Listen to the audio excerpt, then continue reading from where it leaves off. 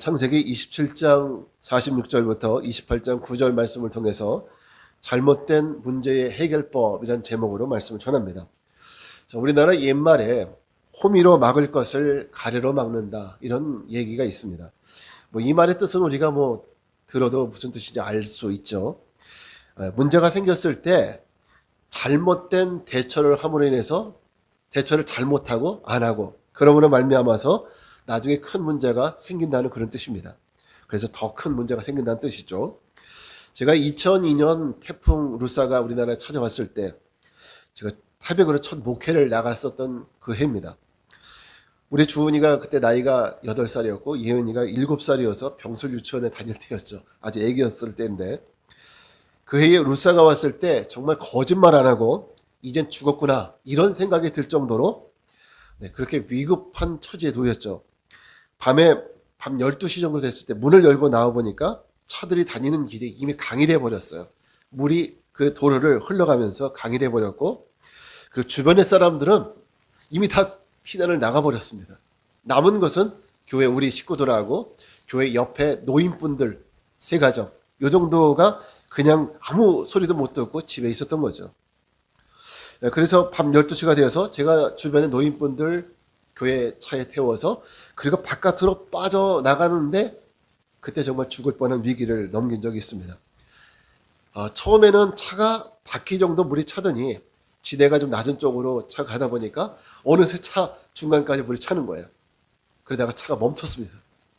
제가 나중에 알고 보니까 차가 일단 물에 빠져서 멈추면 차가 시동이 안 걸린대요. 그리고 시동 걸어도 안 된다는 얘기를 나중에 알게 됐습니다. 근데 그때는 제가 그걸 몰랐어요. 무식해서 일단은 살아야 되겠다 이 생각만 하고 그냥 시동을 걸기 시작했습니다. 그때 제 생각에 머릿속에 어떤 생각이 들었냐면 정말 급류에 휩쓸려서 사람이 죽었다는 뉴스가 있더니 바로 이 꼴이구나 이런 생각이 들 정도였습니다. 근데 어쨌든 무조건 살아야 되겠다는 생각으로 시동을 걸었는데 극적으로 시동이 걸렸어요. 진짜 어렵게 시동이 걸리고 그리고 악셀을 밟아서 가까스로 빠져나갔습니다.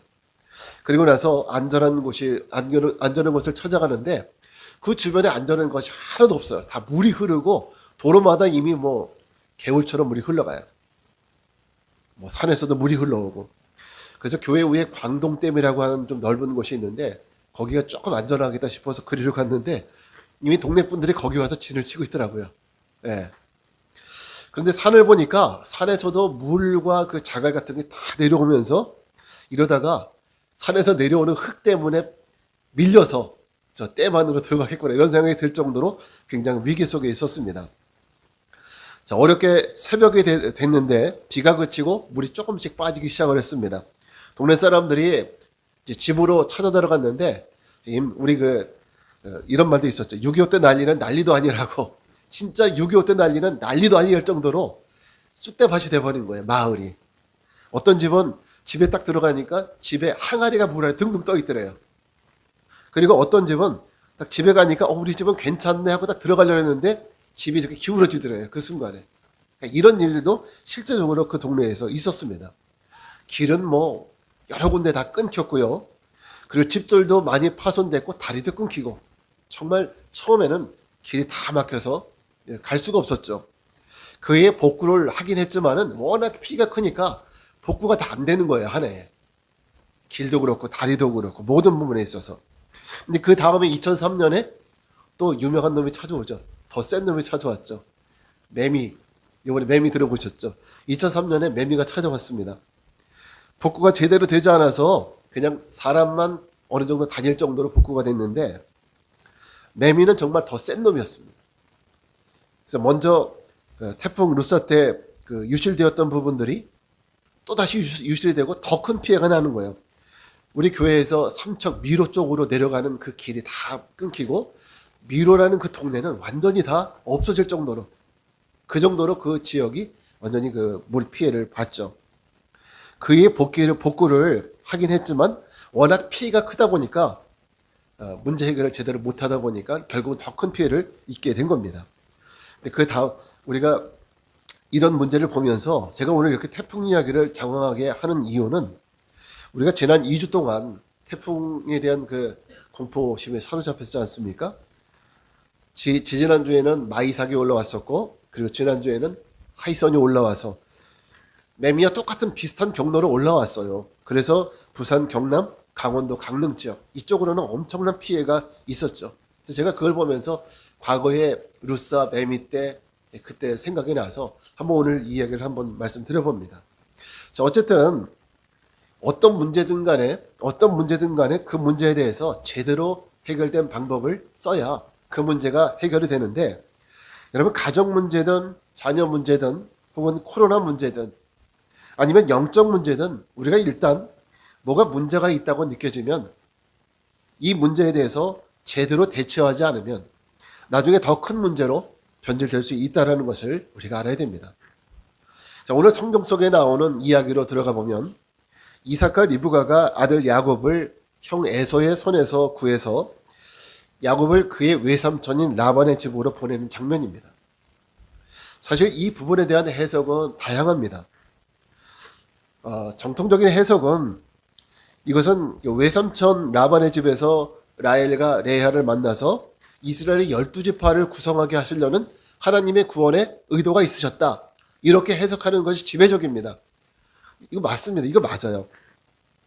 그렇게 구원의 한 과정으로 이해하는 것이 일반적인 성서 해석자들의 해석입니다.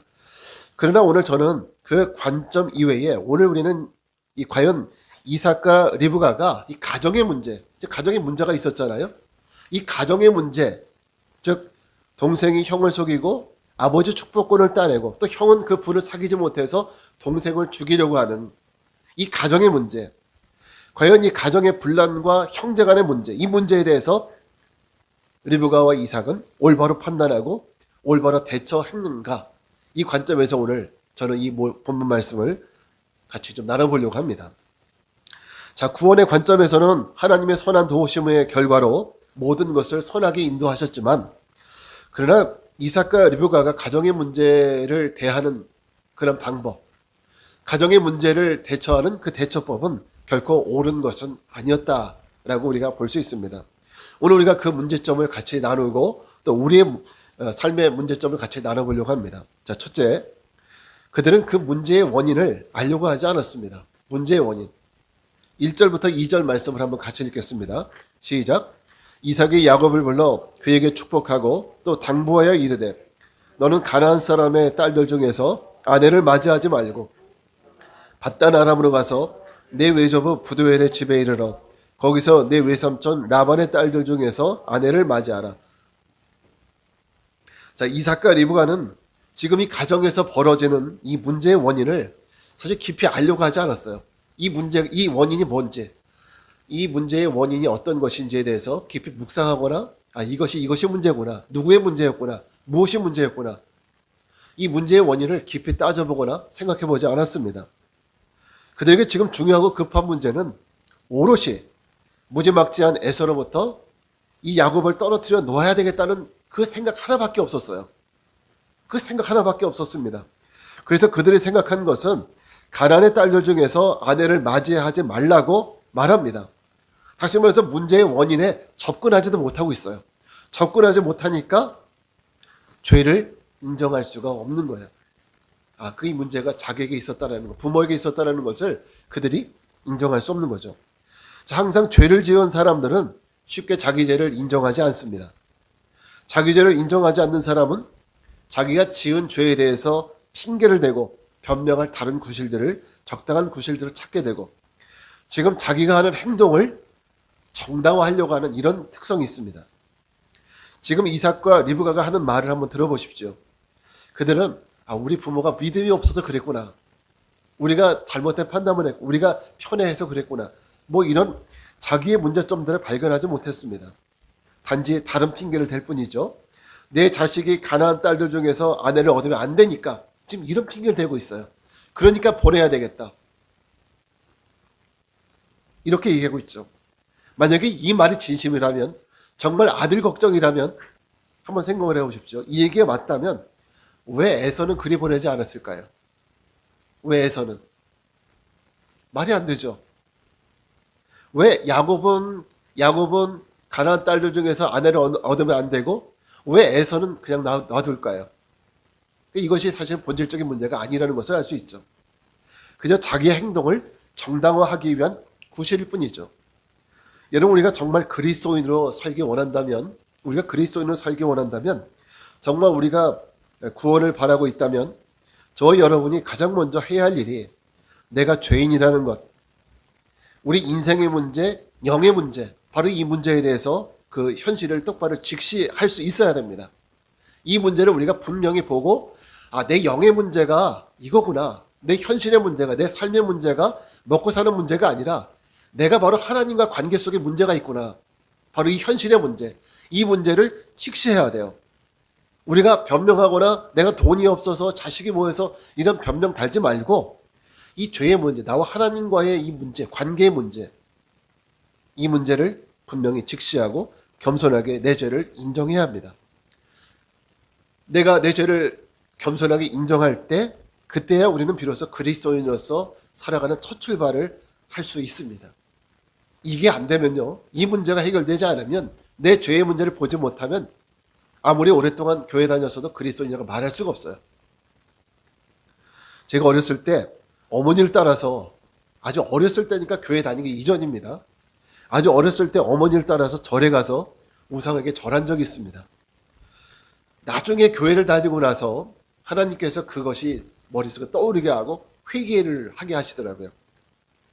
그런데 처음에는 이 생각이 왜 갑자기 떠오를까 생각을 하면서 변명을 하게 되더라고요. 하나님, 그때는 내가 너무 어렸고 내가 가고 싶어서 간 것도 아니고 어머니가 데리고 갔으니까 내가 갔지요. 어머니가 하라고 했으니까 했지요. 제가 효자잖아요. 이러면서 뭔가 좀 변명을 하고 그렇게 핑계를 대려고 했었습니다. 여러분, 사단은 절대 우리로 하여금 내 안에 있는 죄를 먼저 인정하거나 고백하게 하지 않습니다. 사단은 죄에 대해서 우리로 하여금 철저히 부인하게 만들어요. 철저히 핑계하게 만듭니다. 내가 죄를 졌잖아요. 그러면 내 탓이 아니라 다른 사람 탓을 돌리게 만들죠. 이 사단이 우리에게 하는 일입니다. 아담과 하와가 범죄하고 난 후에 누가 너에게 벗은 것을 알게 하더냐? 라고 물을 때 이 하나님의 질문에 그들은 순순히 내가 죄를 지었습니다. 이렇게 말하지 않아요. 그들의 이야기를 종합해보면 나 잘못 없어요. 나는 아무런 잘못 없는데 하나님이 보내주신 저 여자 때문에. 하와는 뭐라 그래요? 나는 아무 잘못 없다고. 저 뱀 때문에. 여러분, 이게 사단이 우리에게 주는 마음입니다. 자기 죄 인정하고 싶어 하지 않습니다. 항상 내 죄를 누군가에게 전가하고 싶어요. 가인과 아벨은 어떻습니까? 에서가 동생을 죽이고 난 후에 아벨을 찾으시는 하나님께 가인이 뭐라고 얘기합니까? 내가 내 아우를 지키는 자입니까? 왜 나에게 물으시냐고. 내가 걔와 무슨 상관이 있냐고, 그 아이와. 이렇게 항변하지 않습니까? 여러분, 사단은 절대로 여러분의 죄를 순순히 고백하도록 놔두지 않습니다. 여러분, 우리 인생의 불행의 원인은 사실 남편 때문이다. 내가 남편 잘못 만나서, 우리 아이가 공부 못해서, 우린 이런 데서 보통 이제 우리의 불행의 원인을 찾습니다. 그러나 그것이 아니라 진짜 원인은 바로 내 죄 때문이라는 거, 내 죄 때문인데 사단은 우리로 하여금 내 죄를 보지 못하게 해요. 우리의 눈을 가려버립니다. 내 죄를 못 보게. 우리로 하여금 순순히 내 죄를 인정하도록 놔두지 않습니다. 여러분, 그리스도인은 예수 그리스도로 말미암아 죄의 해결을 받은 사람들 아닙니까? 이미 예수 그리스도로 말미암아서 죄의 해결을 받은 사람들입니다. 그렇다면 그리스도인들은 최소한 그리스도는 이제 죄를 볼 수 있는 눈이 떠진 사람들이거든요. 하나님이 그 눈을 열어준 사람들이에요. 여러분은 세상 사람들과 달라야 합니다. 세상 사람들은 자식 때문에, 누구 때문에, 이웃 사람 때문에 이렇게 얘기하지만은 우리 믿는 사람들, 그리스도인들은 하나님이 죄를 볼 수 있는 눈을 열어주셨기 때문에 그 속에서 내 죄를 볼 수 있어야 돼요. 그래서 주님이 우리의 죄를 보라고 얘기할 때 그거는 믿지 않는 사람들에게 한 얘기가 아니에요. 믿은 사람들, 제자들, 예수님의 제자들, 그리스도인에게 하는 얘기거든요. 믿지 않는 사람들은 자기 죄 못 깨달아요. 죽었다 깨어나도. 우리는 하나님이 죄를 볼 수 있도록 눈을 열어주신 사람이기 때문에 너희 죄를 깨달으려고 하는 거예요. 여러분, 이제 내 불행의 원인이 다른 사람 때문이 아니라 바로 나 때문임을 볼 수 있길 바랍니다. 자, 우리 마태복음 7장 7절 말씀, 7장 3절 말씀 같이 한번 읽겠습니다. 시작. 어찌하여 형제의 눈 속에 있는 티는 보고 내 눈 속에 있는 들보는 깨닫지 못하느냐. 이거 지금 산상수훈에 나오는 말씀인 거 아시죠? 이거 누구에게 하는 얘기입니까? 제자들. 예수님의 제자들에게 하는 얘기예요. 바리새인들에게 하는 얘기가 아니라고요. 지금 예수님 모르는 사람이 아니라 예수님 믿기로 결단한 사람들에게 하는 얘기라는 것을 우리가 알아야 돼요. 예수님 믿기로 결단한 사람들은 할 수 있기 때문에 자기 눈에 있는 들보를 볼 수 있기 때문에 예수님은 그렇게 보라고 하시는 겁니다. 오늘 이삭과 리브가가 가장 먼저 해야 할 일은 아들 야곱을 피신하기 이전에 이 문제의 원인인 자기들의 죄를 봤어야 돼요. 자기들의 죄의 문제를 먼저 우리가 직시했어야 됩니다. 바라기는 오늘 저와 여러분에게 내 죄가 보이는 눈이 열리기를 축복하고 또 내 죄를 직시하고 하나님 앞에 회개해 나갈 수 있는 이런 믿음의 성도들 되기를 진심으로 축복합니다. 두 번째, 문제 해결의 방법이 잘못되었습니다. 문제 해결의 방법. 다시 한번 1절과 2절의 말씀을 같이 읽겠습니다. 시작. 이삭이 야곱을 불러 그에게 축복하고 또 당부하여 이르되 너는 가나안 사람의 딸들 중에서 아내를 맞이하지 말고 일어나 밧단아람으로 가서 내 외조부 부두엘의 집에 이르러 거기서 내 외삼촌 라반의 딸들 중에서 아내를 맞이하라. 자, 오늘 저는 다시 한번 1절과 2절 말씀을 같이 읽어보면서 여러분이 좀 깊이 묵상해 보기를 바랍니다. 자, 문제의 원인을 알지 못했던 이삭과 리브가가 이 문제를 해결하기 위해서 선택한 방법, 문제의 솔루션 무엇이었습니까? 우선 당장 분노로 가득 찬 피해자인 형, 사실 피해자는 형 에서잖아요. 피해자인 형 에서로부터 가해자인 동생 야곱을 보호해야 되겠다. 이 생각으로 둘을 떨어뜨려서 형제간의 비극이 일어나지 않게 해야 되겠다는 생각이었습니다. 이게 지금 이삭과 리브가가 행했던 솔루션이었습니다. 과연 이 방법, 이 솔루션 옳은 방법이었을까요? 여러분 생각하실 때 어떻습니까? 이거 옳은 방법이었습니까? 물론 목사님 그거 구속사적으로 하나님이 이끄신 일이죠. 맞습니다. 그건 인정해요. 그러나 우리가 지금 이 솔루션의 방법이 여러분 옳았다고 생각하십니까? 만약 이 방법이 옳았다면 그 결말도 해피엔딩으로 끝나야 돼요. 해피엔딩으로. 6절과 9절을 보게 되면 에서가 야곱을 피신시킨 부모님에게 화가 나서 부모님이 싫어하는 가나안 사람의 딸을 데려다가 아내를 삼습니다. 결국 이건 그 죄의 문제가 해결되지 않았고 지금 이 문제가 조그만 불씨에서 더 큰 불로 커져가고 있다는 것을 우리에게 보여주고 있습니다. 오늘 우리가 우리 안에 죄를 발견했다고 하지만 그것을 처리하는 방법을 잘 고민해 봐야 됩니다. 우리가 죄를 발견하고 내가 죄인이구나 이것을 안다면 이 죄를 우리가 어떻게 처리할 것인가, 성경은 우리가 어떻게 처리하려고 했는지 이 방법을 우리가 고민해보고 올바른 그 해결 방법을 찾아야 된다는 거죠. 어떤 분들은 죄의 업보는 착한 일을 많이 해야 죄의 업보가 없어져. 우리나라 사람들은 교회 다니지만 과거에 불교를 다녔던 분들, 이런 분들은 여전히 그런 생각을 갖고 있어요. 그래서 착한 일을 많이 하면 내 죄가 사라진다고 생각하시는 분들이 의외로 꽤 있으시죠. 교회 다니시는 분들 중에서도. 또 그래서 착한 일을 많이 쌓으려고 하시는 분들도 있고요. 사실 성도들은 뭐 그렇지 않다고 생각할 수도 있지만 그렇습니다.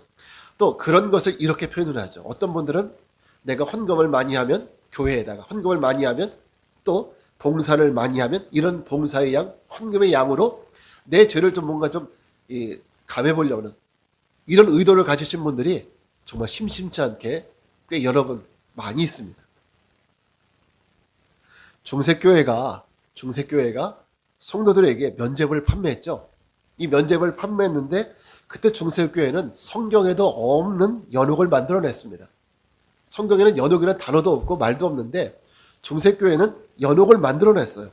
그래서 사람이 죽으면 연옥에 가 있는데 만약 죽은 사람들을 위해서 산 사람이 헌금을 하면 헌금 액수에 따라서 죽은 사람이 어떻게 돼요? 천국으로 갈 수 있다, 옮겨갈 수 있다 이렇게 가르치기도 했습니다. 여러분, 사람들은 자꾸 죄를 정면으로 대하고 올바른 해결법으로 해결하려고 하지 않습니다. 그게 죄인의 특징이에요. 죄인은요, 하나님도 두렵기 때문에 올바른 성경의 방법으로 나가려고 하지 않아요. 내가 내 죄를 고백하는 거 이거 얼마나 싫어하는지 몰라요. 법정에 있는 죄인들에게 당신 죄를 인정하십니까? 하면 다 부인해버려요. 그게 죄인의 특징이거든요. 우리가 재판장이신 하나님 앞에 내 죄를 고백한다? 죽기보다 싫은 거예요, 이게. 이것이 우리의 인간의 특징입니다. 그래서 우리는 내가 죄인이다라는 말도 듣기 싫어하고 인정하고 싶어 하지도 않습니다. 심지어는 교회 안에서 죄와 심판에 대해서 이런 설교를 듣고 싶어 하지도 않죠. 어떤 목사님이 그런 얘기 하시죠. 죄와 심판에 대해서 한 달을 설교했던 교인들이 다 나가더래잖아요. 여러분, 이것은 사실 목회자로서 우리가 축복과 그리고 교인들이 듣고 싶어하는 설교들만 한다면 그것은 목회자로서 책임 회피이고 얼마나 설교의 소명을 변질시키는 일인지 모릅니다. 설교의 소명은 언제나 강단에서 성도들로 하여금 회개를 선포해서 그들이 자기 죄를 깨닫고 회개함으로 말미암아 구원에 이르게 하는 것. 이게 설교의 의무입니다. 여러분, 죄에 대한 회개 없는 구원도 없고 회개 없이는 여러분의 삶의 평화도 축복도 없는데 사람들은 축복과 평화만 요구하는 거죠. 이 죄의 문제를 해결하는 방법을 가르쳐 주시기 위해서 예수님이 이 땅에 오신 거예요. 우리가 어떻게 하면 이 죄의 문제를 해결할 수 있겠느냐? 그래서 그 죄를 담당하시기 위해서 이 땅에 오신 분이 바로 예수님이시죠. 저는 여러분들이 이 죄의 문제를 어떻게 해결할 수 있는지를 분명하고 정확히 알기를 바랍니다. 자, 우리 사도행전 3장 19절 말씀 한번 같이 읽겠습니다. 시작. 그러므로 너희가 회개하고 돌이켜 너희 죄 없이 함을 받으라. 이같이 하면 새롭게 되는 날이 주 앞에서부터 이를 것이요. 자, 방법은 오직 하나입니다. 여러분, 우리가 위대한 사도들의 증언을 한번 들어보십시오. 우리가 어떻게 하면 죄 없이 함을 받을 수 있습니까? 어떻게 하면 우리가 새로워질 수 있습니까? 다른 것이 아니라 회개하고 돌이키면 죄를 없이 할 수 있고 그리고 새롭게 되는 날이 이른다고 그랬어요. 새롭게 되는 날이. 여러분, 죄는 절대 선행이나 여러분의 열심으로 사라지는 것이 아닙니다. 여러분은 죄사함을 다 받으셨습니까? 우리가 이런 질문 앞에 우리가 망설일 때가 많이 있죠. 그러려면 진심으로 여러분의 죄를 인정하고 고백해야 되는데 나는 한 번도 내 죄에 대해서 고백한 적이 없다. 진심으로 하나님 앞에 내 죄를 고백한 적이 없다. 만약 그렇다면 그런 적이 없다면 여러분은 아직 죄의 문제를 해결받지 못한 것이고 그러므로 여러분은 아직 구원에 이르렀다고 말할 수 없는 것이고 또 여러분은 아직은 그리스도인이 되지 못하신 겁니다. 여러분은 아직 거듭난 사람이 아닌 거죠. 죄의 문제를 해결하지 않으면 절대 구원도 그리고 거듭남도 그리스도인도 아닌 겁니다. 어렵지 않습니다. 내 죄를 인정하시고 그리고 고백하십시오. 그리고 그 죄된 삶에서 돌이키십시오. 회개하고 돌이키십시오. 그렇게 되면 새롭게 되는 귀한 인생을 살아갈 수 있게 될 줄 믿습니다. 그래서 우리는 거듭난 심령으로 새로운 삶을 살아가게 되겠죠. 세 번째 잘못은 뭐냐? 잘못된 기대입니다. 잘못된 기대. 자, 우리 4절 말씀 한번 같이 읽겠습니다. 4절 시작. 아브라함에게 허락하신 복을 내게 주시되 너와 함께 내 자손에게도 주사 하나님의 아브라함에게 주신 땅 곧 내가 거류하는 땅을 내가 차지하게 하시기를 원하노라. 저는 오늘날 우리를 비롯한 얼마나 많은 사람들이 이런 오류에 빠져 있나 생각을 해봅니다. 지금 이 말씀이죠. 오류라는 것은 지금 이 성경 말씀 자체가 잘못된 것을 얘기하는 것이 아닙니다. 제가 말하는 오류라는 것은 죄의 문제가 해결되지도 않았음에도 불구하고 하나님이 복이 그에게 임할 거라고 여기는 바로 이것이 오류라는 거예요. 내 죄의 문제가 해결되지도 않았는데 그 복이 나에게 임할 거라고 생각하는, 그렇게 믿고 있는 이것이 바로 오류라는 겁니다. 이 축복의 말에는 아무런 문제가 없습니다. 왜냐하면 이 축복의 원하는 하나님이 아브라함에게 주신 축복이었고 아브라함이 이삭에게 주신 축복이었고 그러니까 이상이 없는 거죠. 이 축복의 말에는 아무런 문제가 없습니다. 그러나 이런 축복을 받을 수 있는 것은 죄의 문제가 해결되어야 받을 수 있는 겁니다. 자기 죄의 문제가. 우리는 대충 창세기를 우리는 최소한 한 번 정도는 읽어보셨죠. 그렇기 때문에 죄의 문제가 해결되지 않은 이 야곱, 죄의 문제가 해결되지 않은 야곱이 과연 이 아버지의 말씀대로 아버지 축복대로 축복을 받았느냐? 어떻습니까? 아닙니다. 야곱은 아버지가 야곱에게 이런 축복을, 위대한 축복을 선포해 주셨지만 외삼촌 라반의 집에서 품삯을 사기당하고, 그리고 아내에 대해서도 사기를 당합니다. 삼촌과 약속한 것은 라헬이었는데 삼촌은 조카를 속이고 레아를 먼저 들여보내서 그 레아와 결혼하게 만들고, 그리고 또 라헬을 주죠. 그리고 품삯뿐만 아니라 모든 여러 부분에서 외삼촌에게 사기당했던 야곱. 이게 축복입니까? 이게 이삭이 축복했었던 그 축복의 내용이었습니까? 아니죠. 왜 그럴까요? 야곱은 이것이 죄의 결과라는 것을 깨달아야 합니다. 자기 죄의 문제가 해결되지 않으니까 아버지 축복이 절대로 그대로 임하지 않습니다. 이 상태로는 절대 이 축복을 받을 수 없다는 것을 알아야 됩니다. 근데 어떤 분들은 그래요. 이런 얘기 하시는 분도 있습니다. 목사님, 그런데 저 사람은 회개를 잘 안 하는데 뭐가 하면 그렇게 잘 되죠? 하는 족족? 이렇게 얘기하시는 분도 있습니다. 자, 그러면 우리는 그것을 이렇게 생각해 볼 수 있습니다. 그러면 과연 그것이 진짜 축복일까? 아니면 그것이 저주일까? 때로는 그 사람에게 온 이 모든 것이 하나님 앞에 회개하지 않고 받아진 이런 것들은 그 사람을 저주에 빠뜨리게 할 수 있는 그런 것이 말아야 됩니다. 여러분, 하나님이 우리에게 주시려는 복은 절대 물질이나 건강이나 성공이나 형통함, 우리 예수님은 우리에게 이걸 주시기 위해서 오신 것이 아니에요. 이걸 주시기 위한 목적으로 오신 것이 아니라고요. 우리에게는 물론 살아가면서 이것이 다 중요하죠. 그죠? 이 모든 것이 다 중요하지만, 그러나 주님이 우리에게 주시려는 복은 이것이 아니라 더 큰 겁니다. 죄로부터의 구원이고, 죄로부터 구원받는 복이고, 그리고 천국 시민 하나님의 나라를 선물로 주는 이 하나님 나라의 복, 이 복을 주시기 위해서 이 땅에 오신 거죠. 이것이 우리가 받을 복입니다. 자, 이것을 받을 때 그 나머지 것을 하나님께서 책임져 주신다는 거예요. 먹고 사는 문제, 먹을 거, 입을 거, 이 모든 것들은 하나님이 걱정 의심 안 해도 너희들 다 때에 따라서 채워주신다는 거지. 하나님이 이거 주시기 위해서 오신 건 아니거든요. 우리에게 구원의 복을 주시고 하나님 나라의 천국의 복을 주시기 위해서 이 땅에 오신 겁니다. 그러나 여러분, 우리가 이 죄에 대한 문제를 잘 해결하지 않으면 구원이나 하나님의 나라에도, 하나님 나라의 이야기도 우리에게는 그림의 떡입니다. 아무리 여러분 교회 다니면서 목사님 말씀 들으면서 아멘을 수십 번 하고 아무리 크게 아멘 소리를 하더라도 내가 하나님 앞에 내 죄를 회개한 적이 없고 내가 죄인임을 인정한 적이 없다면 구원은 그림의 떡입니다. 그 천로역정을 읽어보면 위선이라는 사람이 나와요.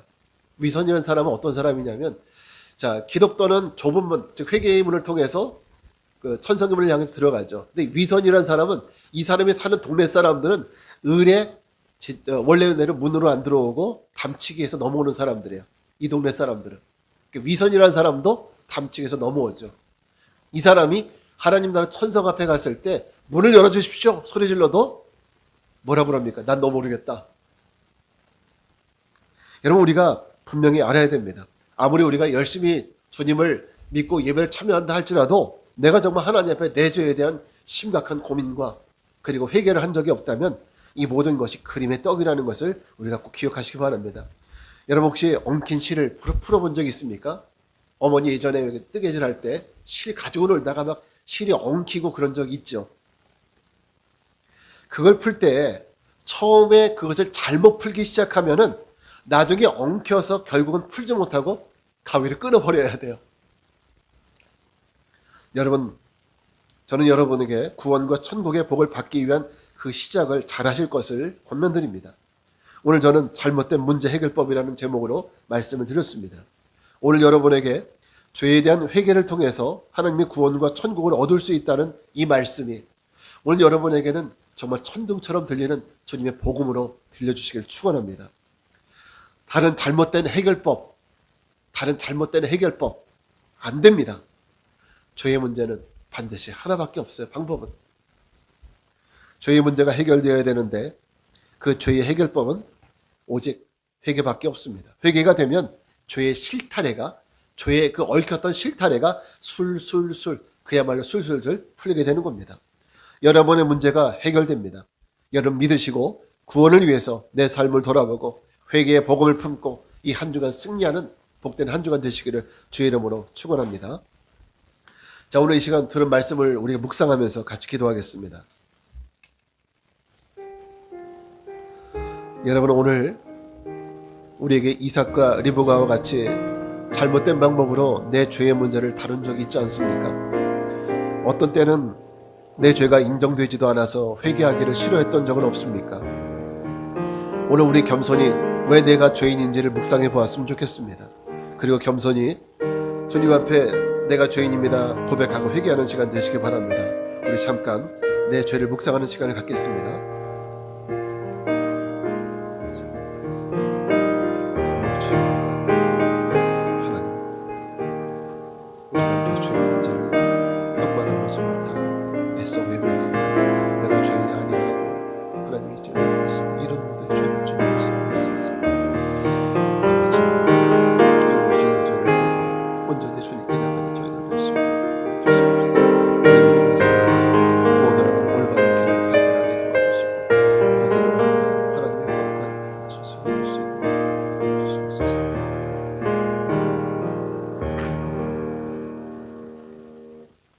자, 오늘 내 죄가 인정되시는 분은 저를 따라서 한번 기도해 보시기 바라겠습니다. 주님, 따라서 해보십시오. 주님, 저의 죄가 무엇인지 이젠 알았습니다.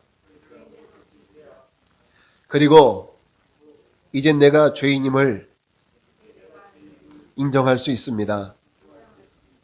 주님, 나는 죄인입니다. 나의 죄를 용서하옵소서. 그리고 저를 새롭게 하여 주옵소서. 이제는 죄의 굴레에서 벗어나 주님의 자녀로 살아가도록 우리를 인도하옵소서. 예수님의 이름으로 기도합니다. 아멘. 지금은 성부, 성자, 성령 삼위일체 하나님의 은혜와 평강이 자기 죄를 고백하고 이젠 죄의 용서를 받은 주님의 자녀로서 올바로 살아가기를 결단하고 세상을 향해 나가는 모든 성도들 위해 이제로부터 영원까지 함께하옵시기를 간절히 축원하옵나이다. 아멘.